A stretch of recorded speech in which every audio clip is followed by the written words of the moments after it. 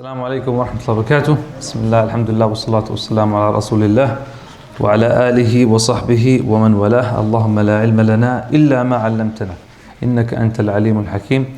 اللهم علمنا ما ينفعنا وانفعنا بما علمتنا وزدنا علما وأرنا الحق حقا وارزقنا اتباعه وأرنا الباطل باطلا وارزقنا اجتنابه وادخلنا برحمتك في عبادك الصالحين آمين يا رب العالمين. Welcome everybody to day 2 of our Fiqh of Hajj and Umrah, journey of the soul. Inshallah, today we have a lot to cover بإذن الله تعالى because we have to finish the chapter next week, inshallah. We were a bit behind from yesterday, but inshallah today we'll try to cover as much as we can. طبعا as usual we try to go over some questions from last week. We said that we were talking about our journey in fiqh, right? And we said that when we study fiqh, how many parts of fiqh are there? When fuqaha divide fiqh, they divide in how many parts? أربعة. أحسنت. نعم. العبادات, exactly. Business transactions, right? Acts of worship, business transactions, family, and judicial. طيب. The second question, we mentioned a few of the virtues of Hajj. Let's just see if you guys can remember a few of them. What are some of the virtues of Hajj that we mentioned last week, or that you can remember right now? We mentioned a few of the virtues. يعني someone does Hajj, what did they get? Nothing? خلاص. نعم. تفضل. نعم. It erases كما ولدته أمه. Right? He comes back as if he was just born. يعني sinless. Subhanallah. What else? We said between Hajj and Hajj, between Umrah and Umrah, right? It removes al-faqr, right? It takes away poverty, and so on. Yani we mentioned a few of the virtues. What's the name of the book we're studying? أخصر المختصرات. جزاك الله خير. أحسنت. أخصر المختصرات, which is basically the abridged of the abridged, يعني basically abridged meaning it's shortened, يعني. And we mentioned last week we started the Kitab al-Hajj wal-Umrah, and we mentioned that there are conditions for the Hajj to be wajib. Do you remember how many?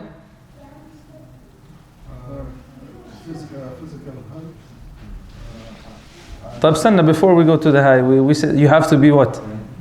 Muslim. نعم. You have to be Muslim. What else? Before you go to his aql and his حر لازم يكون حر. I know this is not something applicable too much these days, but you have to be someone that is حر. So Muslim, حر, he's free. So Muslim, free. And then we said mukallaf. If we're going to say mukallaf and mustati', then there's 4 conditions. But we said mukallaf, you break it up into 2. Mukallaf يعني someone who Allah subhanahu wa ta'ala will hold responsible. Okay? والمكلف هو البالغ العاقل. المكلف هو البالغ العاقل. Memorize this because it's in every chapter of fiqh pretty much. البالغ العاقل, someone who's reached mature age. تمام. In the madhab, if you get to 15, خلاص, now you are بالغ. طبعا there's signs before that. And عاقل, someone who's sane. They have to be sane. And the last one is that we said al-istita'a. Well, istita'a, it's 2 parts. What are the main 2 parts of al-istita'a? The ability. Yeah, physical and financial. So you have to be able to do that. Last week we started with a story of maybe decades ago, right? A story we should have mentioned is the story of those guys from Europe. Anybody follow their story? Those guys who went on horse? From Spain. Subhanallah. This year, they just arrived, and one of them died. Subhanallah. One of them, he died on the way. And I think they were all reverts. I think, and they went on horse. They went on horse all the way from I think, did they say 6 months it took them? I think they mentioned months. It took them a long time. Subhanallah, there's still some people who I think last year somebody biked it. Yeah, from Morocco. From Morocco, the Moroccan knows. How many days it took him? I don't know. It's a long time. Yeah, it's not easy. He made it. Subhanallah, the guys who went by horse, these reverts, there's a video where the Saudis like استقبلوهم يعني. They greeted them. And what's interesting is that they never had tasrih. Tasrih is the actual, the paper that you need to actually do Hajj. So they kind of were like, Tuka Allah. Like, we're going to go and we're going to make this like life journey and Allah will provide for us. SubhanAllah, when they got there, Allah provided for them. Yani, they got a full tasrih and the government kind of paid for everything because they were not well off. They paid for everything. I mean, how much can you carry on a horse? Yani? ما تقدر. You cannot take a wagon with you. فسبحانallah, yani, that's a very beautiful story of Hajj. طيب. Then today we'll finish up talking about the rulings and conditions, Ihram, types of Hajj, Talbiyah, Meeqat. I don't know if we get to Fidya. And محظورات الإحرام, that's an important chapter, and then entering Mecca. طيب, بسم الله نبدأ. طيب, we said that Muslim بالغ, Muslim حر بالغ عاقل, right? Muslim free, he's mukallaf, which is pubescent and sane, and ability. And we mentioned financial and physical, and we said there's a fifth condition for the female, right? And we said she needs a mahram. We said that she needs a mahram. And it says here, طبعا we mentioned last week that he said يجبان على المسلم الحر المكلف المستطيع. Muslim, حر, free, مكلف, بالغ عاقل, مستطيع, who's able, في العمرة مرة على الفور. على الفور meaning right away. Right? This is important. The madhab sees it as right away. I think even the Shafi'is, they see that. Because they say لأن الأوامر على الفور. الأوامر على الفور. الأصل in Amr, when you tell your son, Hassan, get me some water. Does that mean that he has till tomorrow to get you water? What does it mean? المفهوم. يعني, I need water right now. It doesn't mean you can bring him water next week. Right? This is the asl in the awamr. There are times where commands have time, right? Like, if the teacher says you have till next week to finish this assignment, right? But if he says finish the assignment, okay? It means finish it right now. يعني as soon as class is over, خلاص, okay? تمام. There's no delay that shows that Hajj, okay, is not it's على التراخي. يعني you have time. Like مثلا صلاة العصر, صلاة الظهر. You have time between عصر and ظهر. But you have to do it. And this is important. Why? Because a lot of people, the culture is to delay it. They go everywhere. Okay, have you done Hajj? No. طب what are you doing in in Hawaii? And you have money and you're able. You have to do Umrah and Hajj. تمام. They say على الفور. فإن زال مانع حج بعرفة وعمرة قبل طوافها وفعل إذن وقع فرضا. He's going to talk about now المانع is any of these things. Okay, so if someone enters and he doesn't have all the conditions, and so they give the example, like for example, like a young boy, he enters and the parents take him with him, right? He's not baligh yet, so it's a nafila act of worship, right? It's not a fard. It's not Hajj al-Islam yet, okay? If he finished all of it, he will get reward for it. But he's still obligated to do it when he reaches puberty. Does that make sense? But they're saying, what if he entered, okay, and then all of a sudden he hits puberty? When will he be able to count it as his Hajj? Well, they say before. So we have remember, we're always going to talk about Umrah, Hajj. Small or short, long. Umrah short, Hajj long. Okay? In Umrah, before the Tawaf. Because the main thing from the arkan of Umrah is what? Is a Tawaf was Sa'i, right? So as long as it happens before Tawaf, then he's good. In Hajj, what's the main event? Arafah. As long as it happens before Arafah, then he's good.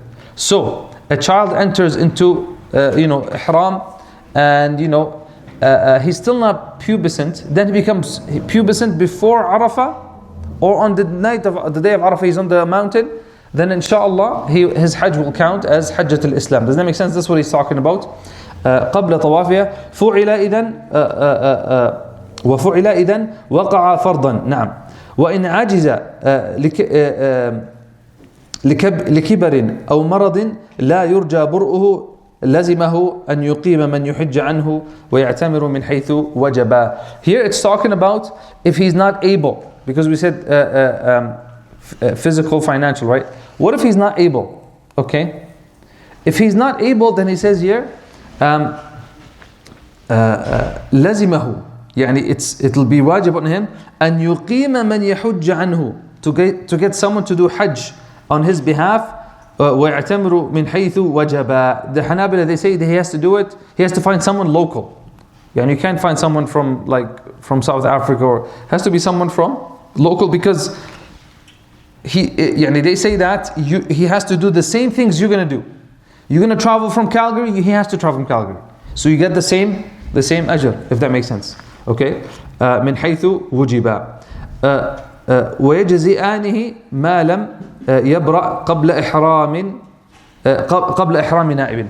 Here what they're talking about is, what if you're sick, you have a sickness مثلا لا يرجى برؤه. Here لا يرجى برؤه يعني you're not going to get better. Okay, so let's say you hire someone and he's about to do the hajj, and then you heal all of a sudden. Allahu Akbar, they found a cure for your cancer and you're cured, subhanallah, or Allah cures you out of nowhere.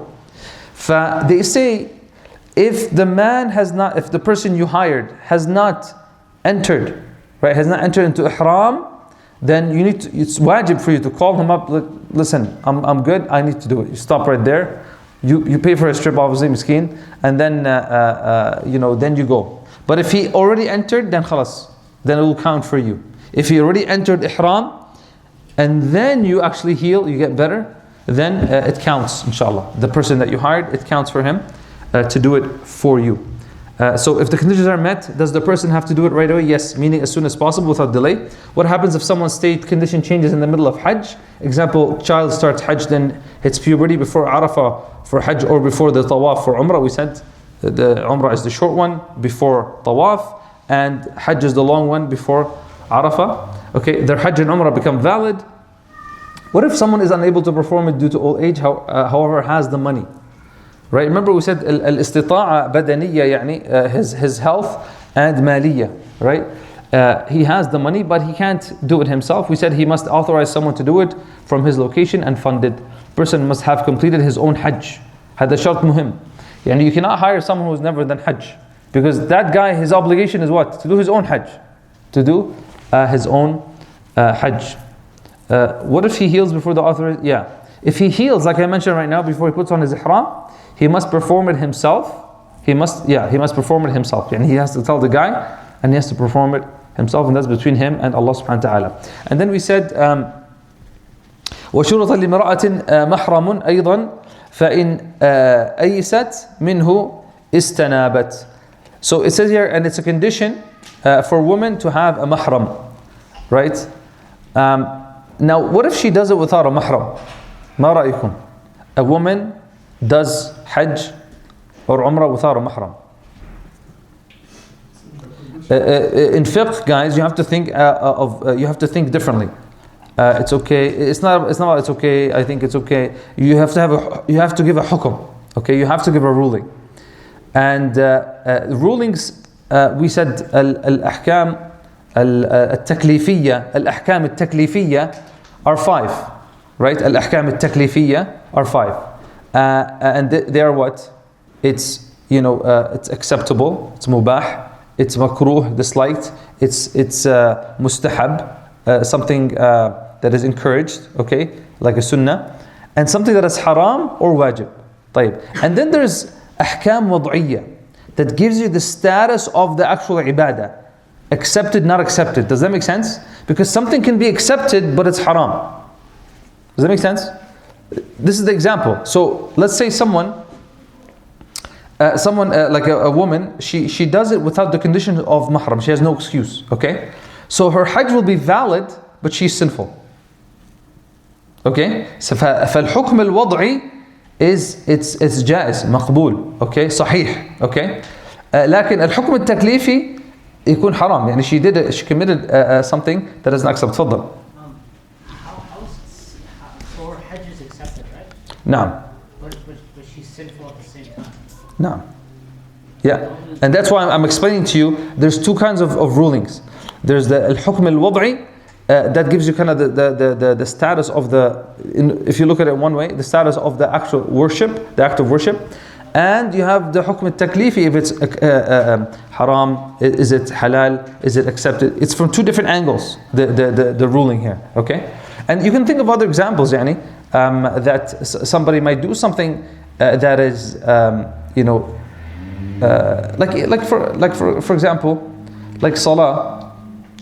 Salah is wajib, right? Salah is wajib, okay? That's one ruling, but also you have to find out, is it accepted or not accepted, right? And also when you look at salah, we also see how much of it you got rewarded for. For someone might have, he took off the burden of a taklif, he prayed his salah with the conditions, okay? But how much reward did he get? So those are two different mas'alas. So he prayed with the conditions, right? With the shurut and with the arkan and with the wajibat. So his salah is accepted. So Allah will not ask him, did you pray?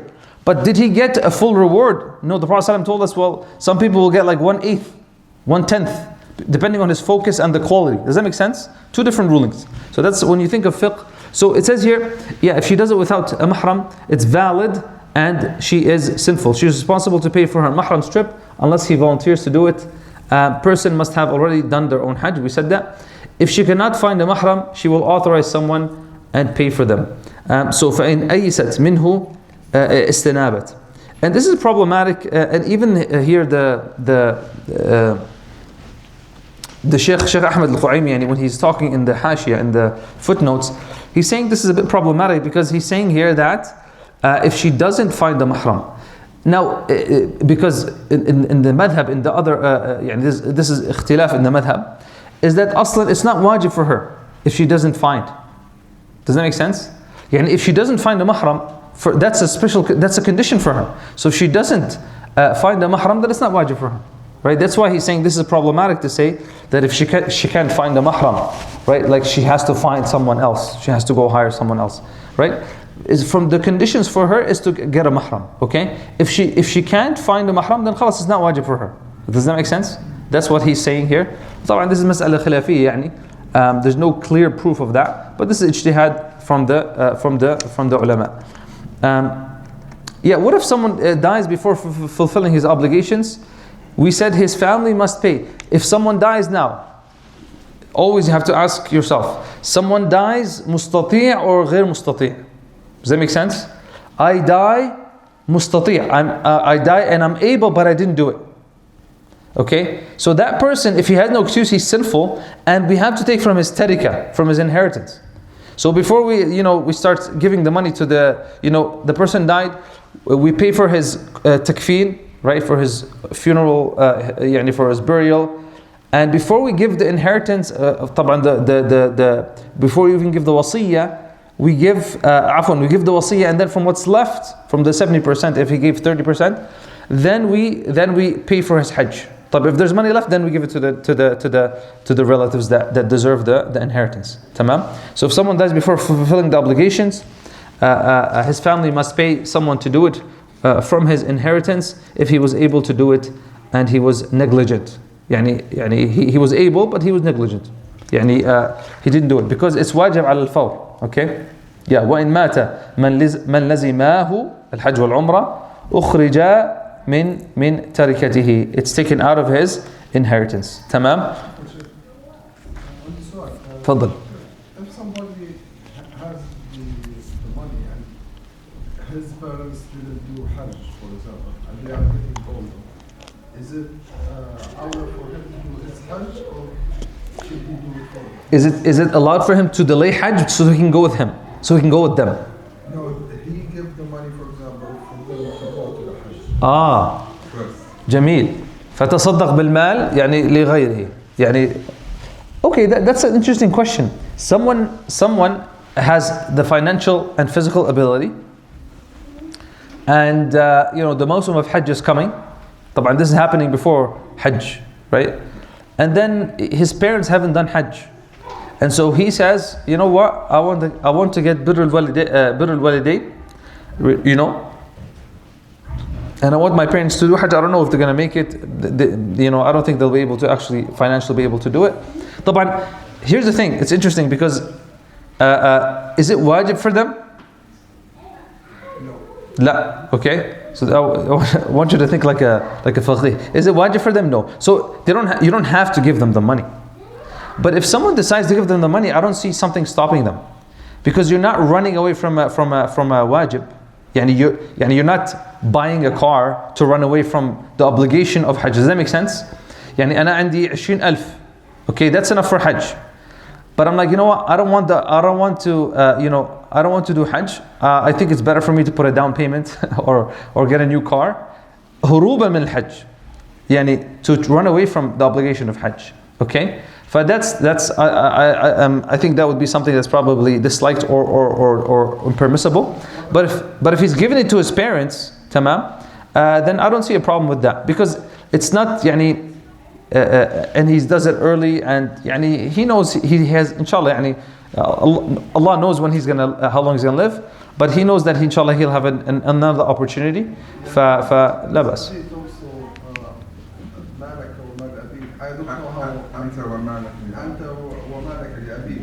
Yeah, that's for the person who doesn't have his own family. Technically, because then otherwise, like, we all go back to but yeah, that counts for the young person who's not independent, who's not Rashid, okay. It include even if you have a family still, but you. أنت وما لك لأبيك, here, if a young child, okay, إذا ابنك, if your son, he started a business and he's making crazy money, and he's not like, Rashid, he's not financially mature yet, then technically his money is your money, right? Because you technically still own him. He's not independent to do that. That's what it means there. Okay? That's what that hadith refers to. Wallahu a'lam. طيب, جميل. طيب, let's talk about al-ihram. He says, before we go to ihram, actually, he says here, وَنِيَّتُهُ, okay, شَرْطٌ وَالْإِشْتِرَاطُ فِيهِ سُنَّةٌ. We mentioned that the niyyah is very important, okay? وطبعا النية is shart. النية of Hajj and Umrah, okay, is shart. It's a condition. And al-ishtirat is that you put a condition. You put a condition that if you are stuck, then mahalli, that I can get out of it wherever I am. This is important because you'll see that in Hajj and Umrah, you can't just exit Ihram. Ihram is it's not a door or a building you enter, it's a state you enter. Okay? فإذا دخلت في الإحرام, if you enter the state of Ihram, there's a specific way to exit. What I'm trying to say is you can't just go to Saudi Arabia, okay? Or you're on the plane and you say labbaik Allahumma umrah. Okay, now you're in a state of what? Ihram. Okay? Even if you don't even have your white clothes on. If you said labbaik Allahumma umrah before the Meeqat, now you're in a state of what? Ihram. You have committed to an act of worship. This is a serious commitment, because you can't just be like, what? Your buddies call you, let's go do something else. You can't just turn around and be like, I'm not doing this. If you do that, what happens? You're in a state of ihram, you go back to wherever you came from, you're going to be committing sins left and right. Why? Because there's mahdhurat of ihram. There's things that are haram in the state of ihram. And you will not be able to exit ihram unless you do specific actions. In Umrah, you would have to do what? Tawaf and sa'i and halq. Once you do the halq, you're cutting the hair, you're out of ihram. Now you can go do whatever you want. Everything becomes halal. Not everything, whatever the things that were haram become halal now, right? The permissible things. In Hajj, it's more serious. Like, what if you're stuck somewhere, something happened, like an earthquake or whatever. Like, what are you going to do now? How are you going to make it? Right? You're going to stay a whole year, wait again until in ihram. So that's why he say, because Allah says, فَإِنْ أُحْصِرْتُمْ in Surah Al-Baqarah, فَمَا اسْتَيْسَرَ مِنَ الْهَدْيِ. فإن أحصرتم يعني you're stuck, you're blocked somewhere, okay? فما استيسر. In Hajj you would have to slaughter. You'd have to slaughter, and otherwise if you don't slaughter, we'll see that you'd have to fast, or you'd have to feed poor people, right? For the mutamattu' and the qarin, right? Once we talk about the different kinds of Hajj, you'll understand what I'm talking about. Okay, so والاشتراط فيه سنة. It's sunnah to do the ishtirat, يعني to say لبيك اللهم عمر. This is what's required, and this is one of the only acts of worship that we have proof that you do it verbally. Okay, the other ones we don't have proof of that. Some of the ulama, they took this hadith and they said, well, if this one is allowed verbally, then we can do it in other acts of worship like salah and stuff, like some of the Shafi'iyya. You say, نويت أن أصلي صلاة الظهر. They do that, right? This is where they get it from. They do qiyas, analogy, right? But this is really the only one that where the Prophet ﷺ literally told us, you say, لبيك اللهم عمرة, okay? And for Hajj, لبيك اللهم Hajj, right? Depending on the kind, you say Hajj and Umrah if it's Tamattu and Qiran, okay? But you don't have to say, and if I'm stuck, then I can leave the Ihram wherever I am. You don't have to do that. But if you want to, you can, that is sunnah. That is something that is sunnah. I think I have it here. Do I have it here? Yeah, I have it here. We'll talk about it. طيب. So let's talk about al-ihram. So طبعا al-ihram, it refers to the actual cloth, the two pieces of cloth, okay? And the state of ihram. The more serious one is the state. The more serious one is the state. Remember we talked about something is accepted, but someone could be sinful, right? So this is one of the examples. Like someone might actually perform Hajj, like get into ihram, but he's wearing makhit. Like he's wearing, from the mahdurat of ihram, is that you cannot be wearing, makhit, you cannot clip your nails, you cannot, there's a few things that we're going to talk about, 9 of them, right? So, but if he did his Umrah and Hajj, it's accepted. You understand what I mean? But he's doing sinful things. So the ihram is the actual 2 pieces of cloth for the man, the female normal clothes, okay? And the niyyah. The niyyah, when is it done? When is the niyyah done? Anywhere before the Meeqat, okay? So you can't, the Meeqat basically, these are places around the Haram. We'll talk about them. There's 5 main Meeqats. If you're coming from different directions, let's say this is Mecca here, you're coming from different directions, before you cross that border, okay, you have to do your niyyah, tamam? If you cross and you haven't, then there's a fidya, you have to pay. You have to pay fidya. Fidya is compensation. We'll talk about what is fidya, okay? And this is what we were talking about, those people who try to do illegal Hajj, right? So they'll try to enter, they'll try to tell the guards, we're just visiting Mecca, okay? Without ihram they'll enter, right? And they'll lie, and they'll say we're not. Do you understand what I'm talking about? And in their head they're like, it's okay, we'll enter because we don't have tasrih, we don't have the paperwork, but then we'll just pay fidya after. Okay, we'll pay fidya. We'll enter into ihram, we'll do the ihram, the niyyah before we enter. Okay, we see the guards, they're like, what are you doing? Are you here for Hajj? No, we're just walking by, we're just coming by Mecca. Okay, they're not, they're lying. Okay, wallahu alam. A lot of ulama, and I personally see it as this is like a big sin. Like, and some people see it's not a big deal. It's okay, we'll pay fidya, ma fi mushkila. The hakim is making it difficult for everybody. The ruler is making it difficult for everybody. But the ruler is putting restrictions. Why? So a bigger harm doesn't happen, right? A bigger harm doesn't happen. But you're not financially able to do it. Why are you forcing yourself to disobey the ruler? Okay, of the Haramain. Okay, regardless if you like him or not, you have to obey the rules of the Haram, and there's rulings for that, right? And then Allah subhanahu wa ta'ala also tells us, وَمَن يُعَظِّمْ شَعَائِرَ اللَّهِ فَإِنَّهَا مِن تَقْوَى الْقُلُوبِ.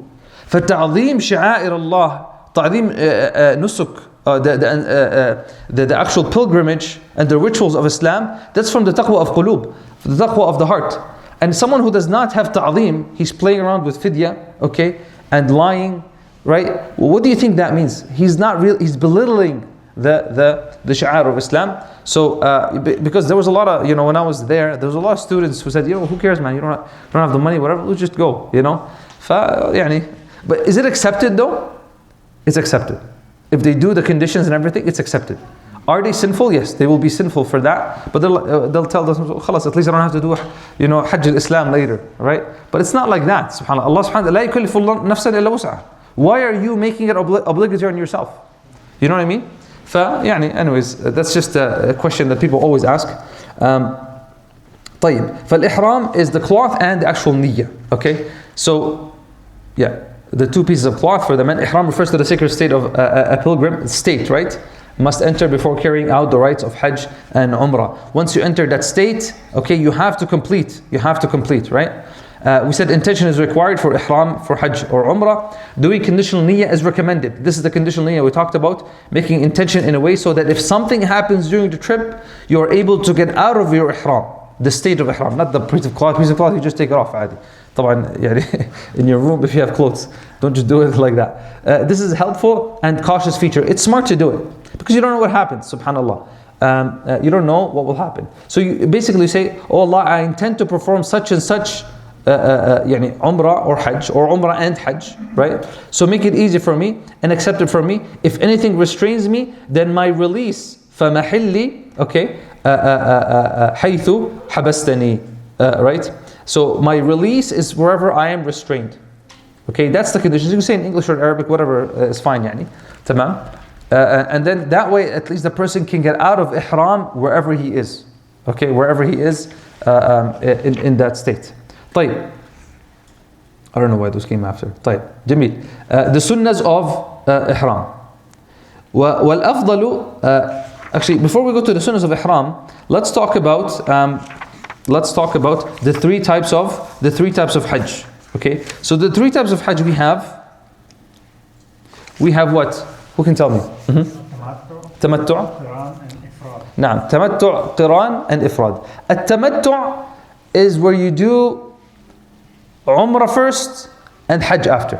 Okay, try to understand these three because they're going to come up with the rest of the talks. Okay, At-Tamattu is when you do Umrah by itself and Hajj after. كيف يعني؟ الحج أشهر معلومات. الحج are أشهر. Okay. ما هي أشهر الحج? What are the أشهر of Hajj? The months of Hajj? So Shawwal, Dhul Qa'dah, and technically the 10 days of Dhul Hijjah. What does that mean? Can you go to Arafah and perform Hajj in Shawwal? لا. What does that mean? يعني you can start your tamattu in that time. Yeah, the season of Hajj starts. Okay? But the actual Hajj happens in the first 10 days, right? The 9th day is Arafah and the 10th day is Yawm al-Nahr. Okay? Which is Eid for us here, those who are not doing Hajj. For the person who does tamattu can actually enter into tamattu niyyah, okay, as soon as Shawwal starts. Like right now, if you want to do tamattu, those who made the intention to do tamattu, they made the intention for tamattu, so they got into ihram of umrah, they finished the 2-hour umrah, and now they got out of ihram, and now they're in a state of tamattu right now. ايش يعني tamattu? يعني enjoyment. يعني it's the opposite of the state of ihram, of restriction, of tahrim. يعني they're allowed to put perfume, they're allowed to cut nails, they're allowed to be intimate and stuff like that. That's why it's called tamattu. He does umrah in the time of the months of Hajj, okay? Then he comes out of it and then he kind of like chills, يتمتع يعني. And then when the time of Hajj comes, right? Then he gets again into the ihram of Hajj. Does that make sense? This is the al-mutamatти', right? This is the mutamatти'. Al-Qiran, what's Qiran? Is when you join both of the niyyah together. In one ihram, you make the intention for Umrah and Hajj. Okay? Ifrad is to do Hajj by itself. Okay, you do Hajj by itself, and then you can do Umrah after. But the whole point is that you're doing Hajj. You're just doing Hajj. You're not doing Umrah, chilling, and then Hajj. Okay? And those who come like right at the 8th, مثلا, and the 9th, they do what? They usually do Ifrad. They usually do Ifrad or Qiran. طيب. Which one did the Prophet ﷺ do? Huh? He did Qiran, but Yeah. he said if he could do next time, he would do Tamattu. Naam. And this is where the ulama differ. Which one is the best? Okay? طيب. The Prophet ﷺ did one, and he said if I was able to do it, I would do tamattu. Okay? But he didn't do it. So some of them said the best one is Qiran because the Prophet ﷺ did it. And others say no, Tamattu because he said he would do it if he was able to. Right? Anyways, I don't think it's a big deal.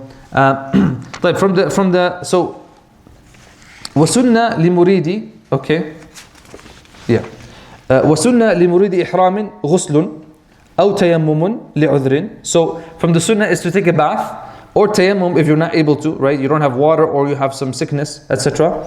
وتنظف, okay, to clean yourself, armpits, fingernails.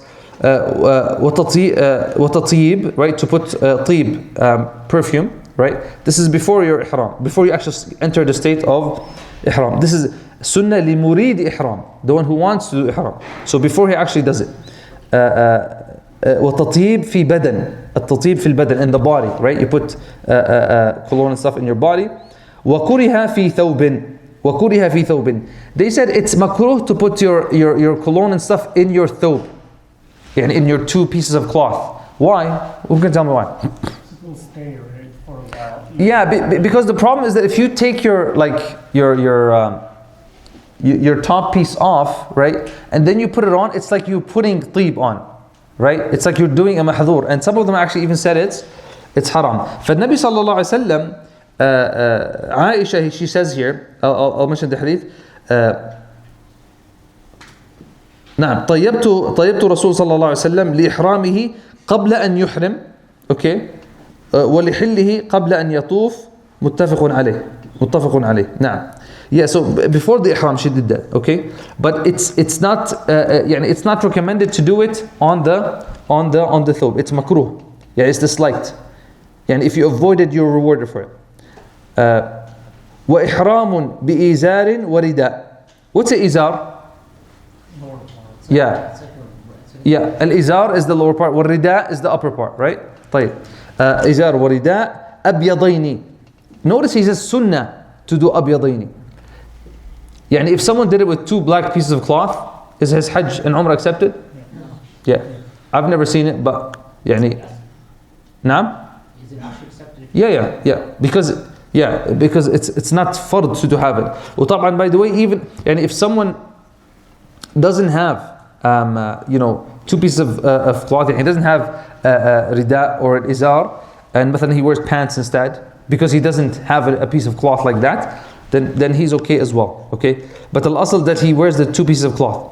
أبيضين, white, عقب فريضة أو ركعتين في غير وقت نهي. And they say that the person should also do his ihram after he prays, if it's time for a fard salah, he prays it, then he does the niyyah, okay? Or if there's no fard salah, مثلا, there's no dhuhr, there's no asr, okay, he's already prayed asr, then he just at least prays two sunnah. And that's why you will see when you go to Umrah or Hajj, everybody is praying, then they do Hajj. Do you have to? No. You don't have to pray two rak'ahs before you get into the state of Ihram, but it's something that is recommended.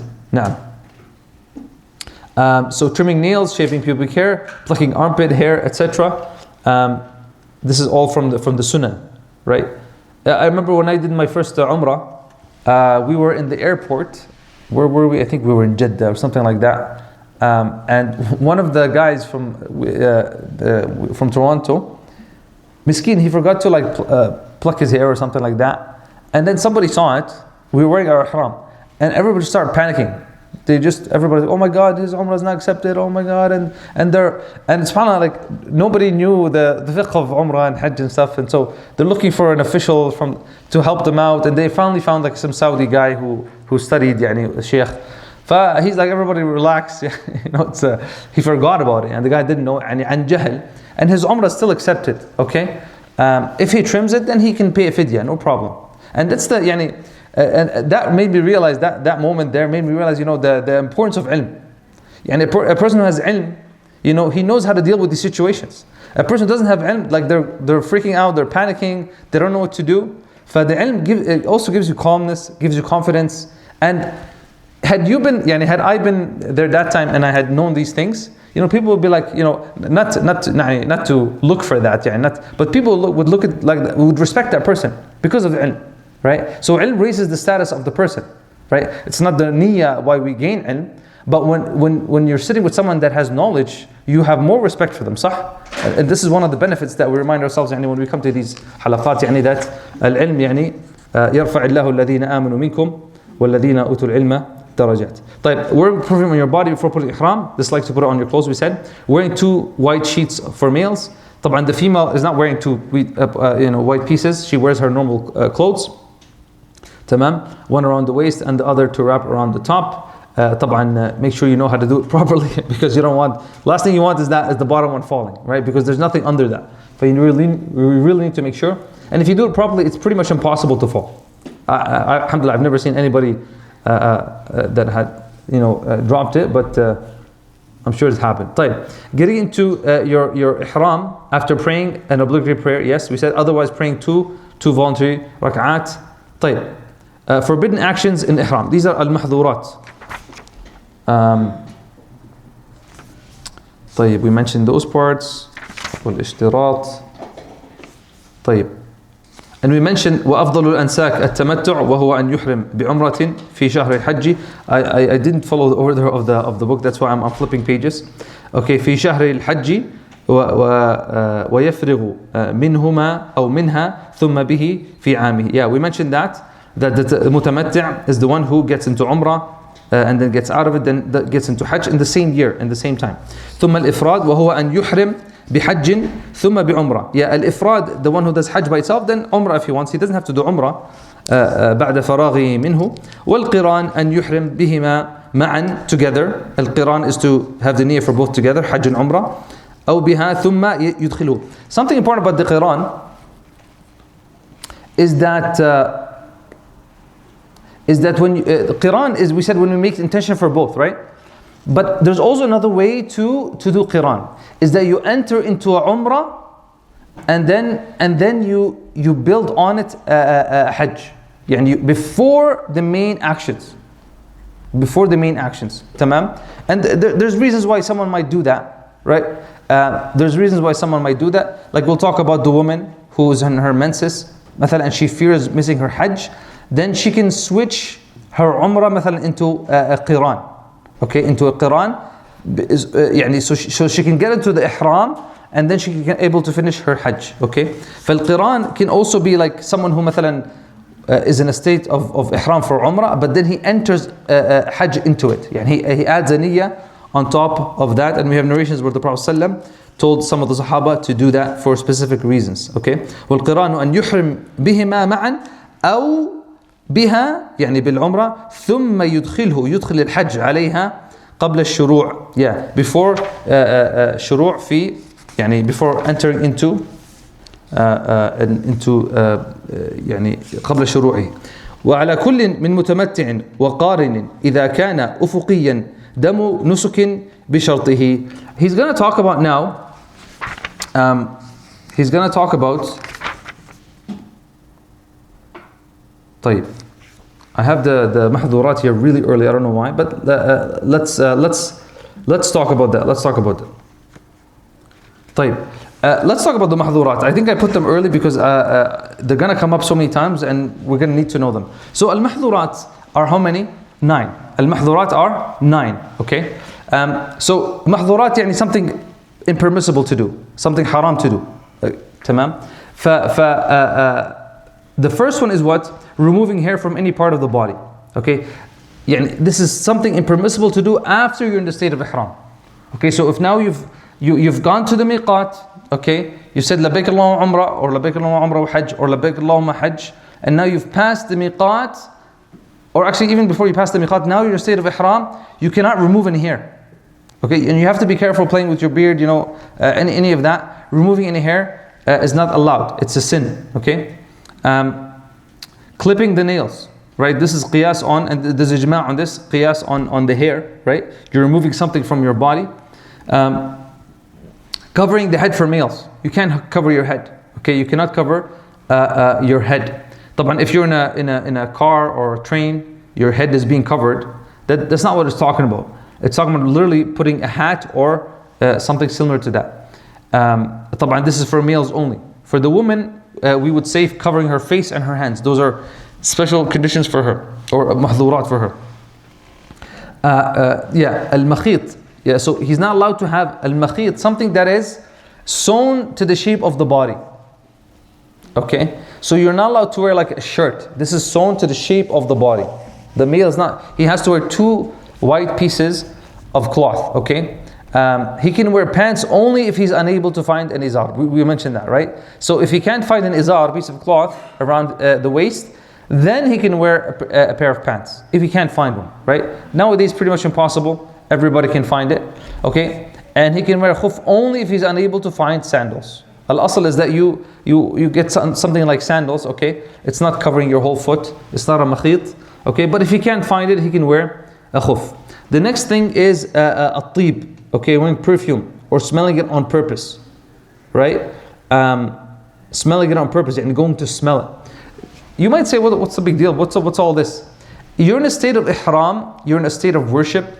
You're supposed to stay away from all these dunyawi pleasures. That's what it's talking about. And you're supposed to go and meet Allah subhanahu wa ta'ala in your natural state, right? And so perfume is something that beautifies the person. Yeah, like it's one of the beauties of the dunya, right? And so wearing the perfume or smelling it is from the mahdurat. And trust me, you forget. You forget. I remember like I was doing Umrah with one of my friends, and we had just, I think we had just done sa'i. And then Salah happened and a bunch of things, and I think it was a fasting day, Ramadan. And so it was delayed. We were still in ihram. And so, like we're all sweaty and stuff. So he took out some oud, right? Some itar, some cologne. And he's like, you want some? And I was about to take some. And I'm like, bro, we're in the state of ihram. It's like, oh, right? And we even smelt it. But that was from forgetfulness, right? That's fine. Obviously, doing it on purpose would be impermissible. And also, before I forget, even when you're like, a lot of people do ihram on the plane, the state of ihram, they get to their hotel, they drop their bags, and they're like, okay, let me make some wudu. They use the soap. Soap has a perfume. Okay, so you have to be careful. You can't use that. You need scentless soap, right? And they usually sell it, right? So you want to be careful with that as well. You can shower, you can do whatever you want. Like you can shower, you can sleep in the state of ihram, but you can't do these things. تفضل, you have عندك سؤال. Just using the umbrella to protect yourself from sun. Yeah, the umbrella, if it's a really hot day and you need the umbrella, then it should be fine. Yeah, والله أعلم, there's some khilaf on that. But yeah, الأصل is الضرورات تبيح المحظورات يعني. الضرورات تبيح المحظورات. This is a fiqh principle that the dire conditions, they can make the mahdur halal, right? That's one of them. Wearing perfume or smelling on purpose, killing wild animals, qatl as-sayd. Important to know, guys, these 5 here, group them together, okay? Because these ones, if you do them, these require fidyat adha, they call it fidyat adha. Yani adha is one of these 5, okay? And what's the relation between these 5? They're all related to the body. They're all related to the body.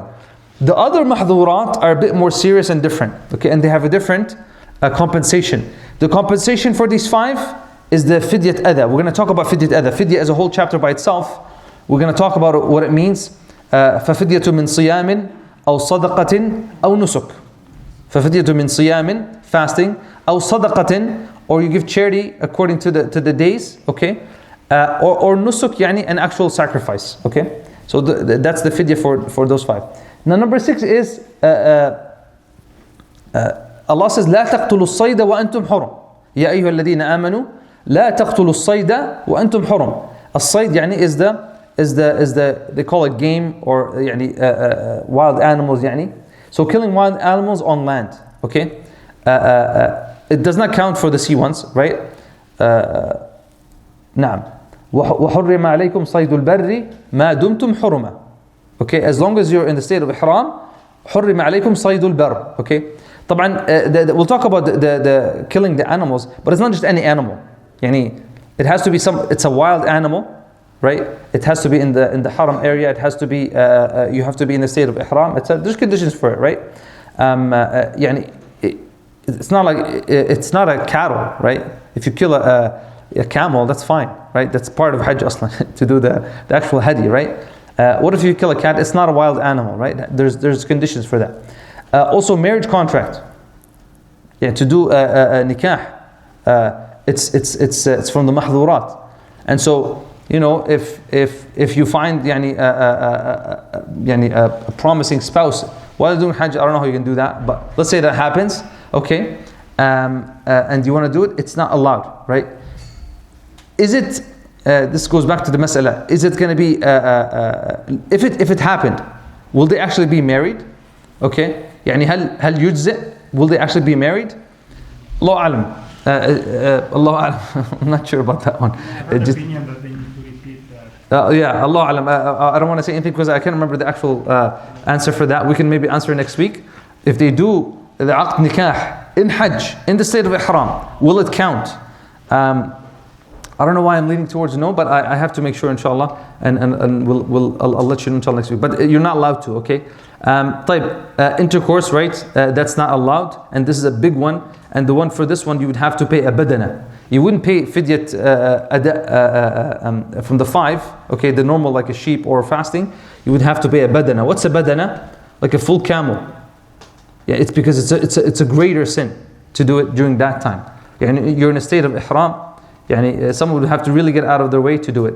And they also count foreplay. Foreplay is anything that happens before intercourse, right? And there's conditions for that, but these are the 9. We should know them. So the first 5, hair, nails, okay? Covering the head for males, makhit, the clothes, okay, and wearing perfume. This is all related to the body. Those are the first 5. The other 4, okay, then you have killing the animals, that's by itself. And then you have the other ones that are related to kind of marriage, like marriage, contract, intercourse, and foreplay. Tamam? So this how you can group them: 5, 1, and 3. You get your 9. طيب. Now, for the woman, obviously we said that she can wear the normal clothes, but she has to avoid covering her face and hands. So she's from those who follow the opinion that the hijab for her is the hands and the face, okay, which is a valid opinion. But in Hajj and Umrah, she has to remove them. She has to, her face has to be uncovered, and her hands have to be uncovered. Otherwise, she must pay a fidya. Okay, she must pay a fidya, just like a guy who wears a hat, he would have to pay a fidya. طيب.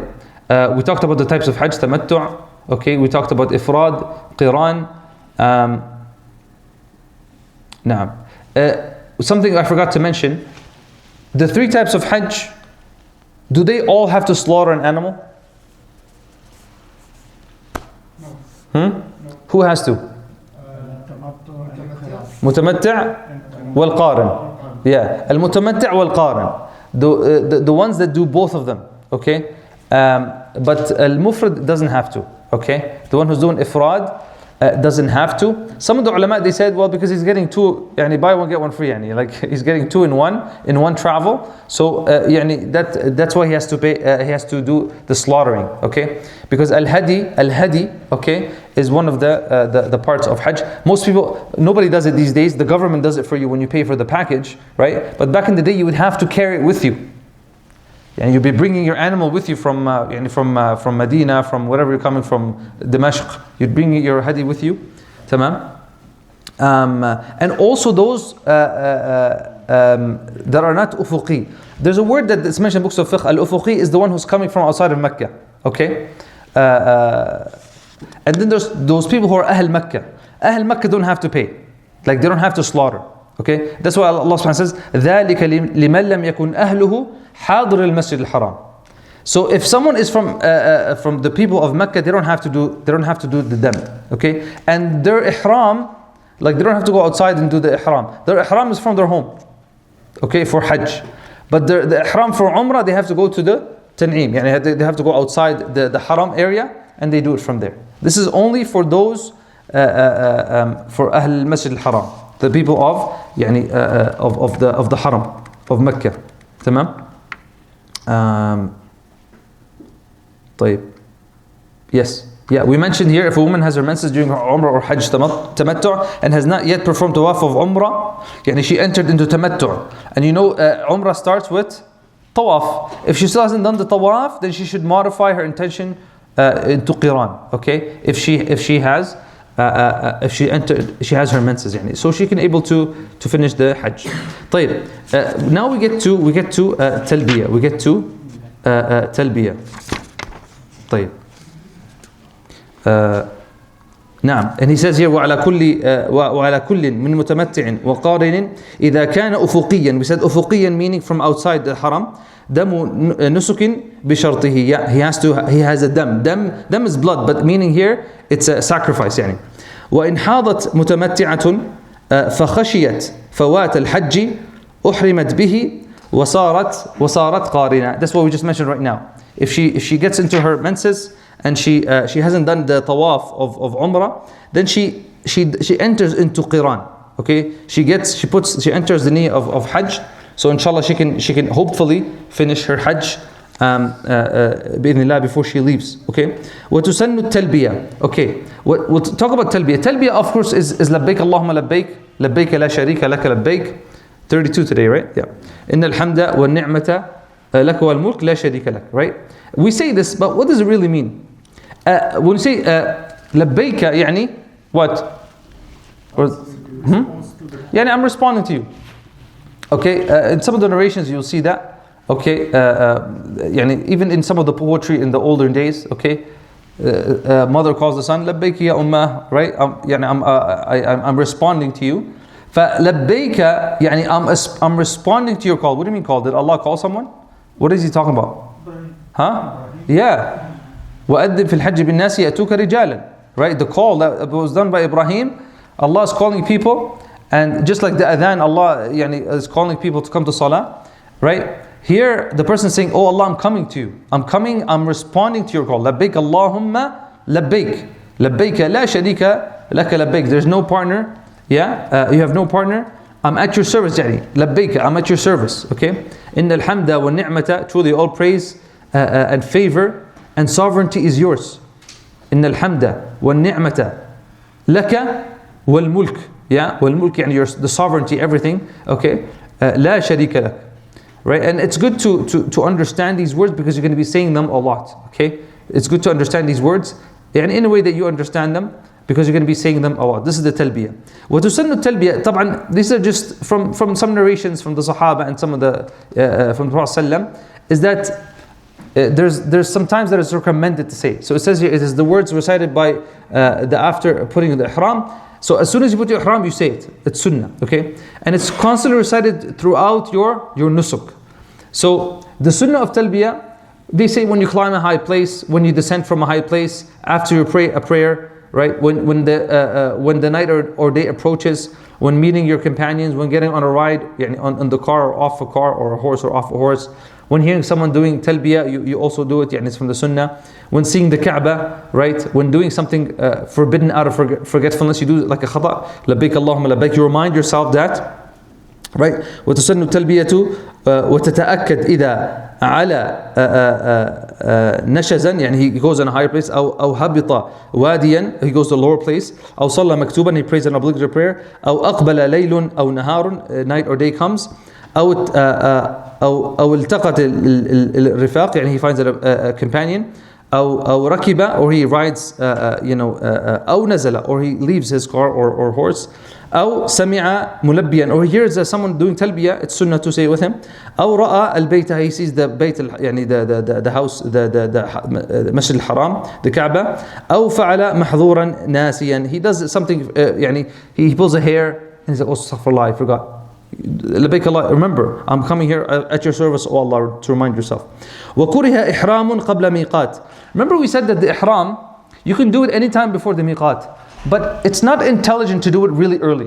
Like let's say I'm coming from Dimashq, okay? Is it smart to do your niyyah in Dimashq? Because now you're making a lot of things haram for you in the trip, right? So it's not sunnah to do that. It's actually makruh. It's disliked, right? Because you're making your life difficult.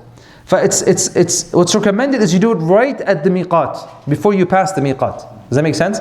But are you allowed to do it before? You are. That's why people on the plane, they do it. And people are about to cross, طبعا they have to because they're crossing, but they can do it before, okay? If you're coming from Dubai مثلا, okay, in Abu Dhabi مثلا, you can do it in the airport if you want, or you can wait on the plane. ما في مشكلة. But as soon as you do it, then you are responsible to stay away from those محظورات. And it's also, it's not recommended to do it before the months of Hajj. The guy who wants to do Tamattu, he can start doing tamattu in the first day of what? Literally in Shawwal, right? When it's permissible for him. But is it recommended before he gets there? No. Okay? And is it recommended before? No. Because you're putting yourself in risk, right? طبعا الميقات. What's الميقات? الميقات, there's miqat of places and miqat of time.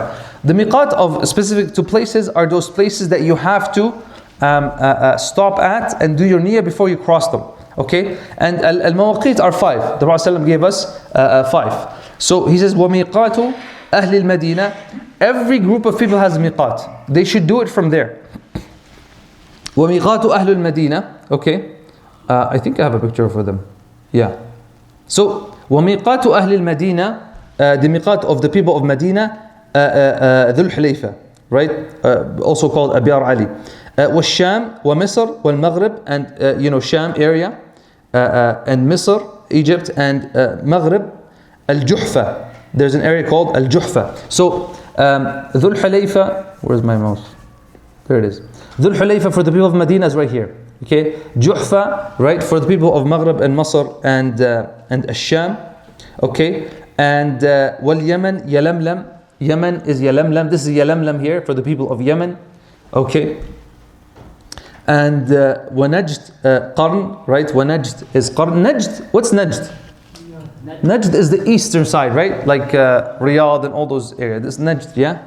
Yeah, this is where I was when I was in Najd. So this is the, Qarn al-Manazil or As-Sayl al-Kabir. This is the one that I was, I went through like multiple times. So وَنَجْدٍ قَرْنٍ, okay, Qarn al-Manazil, that's the name of it. وَالْمَشْرِقْ ذَاتَ عِرْقٍ وَالْمَشْرِقْ ذات عرق, all the people from this area ذات عرق, right? I think there's a line of poetry, yeah. عرق العراقي يلملم اليمني. Okay, so so the people of Iraq, they come from al-Irq, right? وذي الحليفة يحرم المدني. ذو الحليفة is the Madani, the people from Medina. للشام جحفة إن مررت بها, people of Sham, جحفة إن مررت بها. Okay. ولأهل نجد قرن فاستبني, right? قرن المنازل for the people of Najd, right? طبعا if you're in the middle, you estimate, right? You estimate from here. Like if you're somewhere from here, it's not like you have to technically come here and do it. As long as you do it from before the actual borders. تمام? So those are the mawaqit. طبعا when we look at the mawaqit, I think we have 4 minutes. When we look at the mawaqit, so miqat refers to the boundary where it becomes impermissible to pass except in a state of ihram, for those with the intention of performing Hajj or Umrah. So if you're coming for Hajj and Umrah, you cannot pass the miqat, otherwise you have to pay a fidya, okay? And you have to do your niyyah before you pass the miqat. So it varies from where you're coming from. We said that the people of Medina, Dhul Hulayfa, the people of Sham, Egypt, and any country in the west, Al-Juhfa, and people of Yemen, that area is Yalamlam, and the people of Najd, Qarn al-Manazil, and people coming from the east, ذات عرق, the people come from east is ذات عرق. Those in Mecca, we said they do it in Mecca itself. The Meccans, they do their ihram in Mecca itself. For Hajj, they can do it anywhere in Mecca. For Umrah, we said they have to go to محل التنعيم or tahleel, right? To understand what that means, in Mecca, there's an area that is called Al-Haram. Things are haram to do there. There's a few things that are haram. For you to get into the state of Umrah, if someone from here wanted to do Umrah again, they would have to, if they're in Mecca, they would have to go out to Masjid Aisha, right? To that area, or any other area, but usually people go to that masjid because it has showers, etc. And then they make the niyyah and then they come back in. Okay? That's how you would do it. Okay? If their house is already outside of the Haram area, then they can do it even in their own house. This is for the people of Mecca. If they have a house outside the Haram, okay, then they can just do their niyyah for Umrah from there. It's very comfy for them. This is for the honor, the people of the locals of Mecca. Nah, so that's the ihram. And I think we'll stop there. I think I told you guys we might not get to fidya. So we'll stop there, inshallah. Did I forget anything here? Yeah, it says here, وَأَشْهُرُ الْحَجِّ شَوَّالٌ وَذُو الْقِعْدَةِ وَعَشْرٍ مِنْ ذِي الْحِجَّةِ. The months of Hajj are Shawwal, ذُو الْقِعْدَةِ, and عَشْرٌ مِنْ ذِي الْحِجَّةِ. We are now in Dhul Qa'dah right now, right? And the 10 days of Dhul Hijjah, the blessed 10 days of Dhul Hijjah, they're starting probably Wednesday, I think. If we're going with calculations, probably Wednesday. And he says here, محظورات الإحرام, we mentioned them. إزالة شعر, removing hair, تقليم الأظافر, removing nails, وتغطية رأس ذكر, for the male to cover his head, ولبسه المخيط, to wear مخيط, something that covers the shape of the body, إلا سراويل لعدم إزار, except someone can wear pants if he doesn't have an izar, وخفين لعدم نعلين, someone to wear khuf if he can't find sandals, okay. والطيب, والطيب يعني perfume, okay. This is not allowed during ihram. وقتل صيد البر, and killing the side of البر, of the land animals. وعقد نكاح, and we said the marriage contract. وجماع, intercourse. ومباشرة فيما دون الفرج. المباشرة يعني the foreplay, as long as it's not يعني it's not even if it's not يعني before intercourse, that's also from the محظورات. Person should be careful with that. طيب, he says here يعني for those who are يعني not sure about the what it means by المباشرة, right? المباشرة فيما دون فرج. He says here والمباشرة والمراد بها مقدمات الجماع بوطء دون الفرج. Anything that happens before جماع, before intercourse, that would be مباشرة that's mentioned here. So even that would be from the محظورات. والله تعالى أعلم. بارك الله فيكم والسلام عليكم ورحمة الله وبركاته.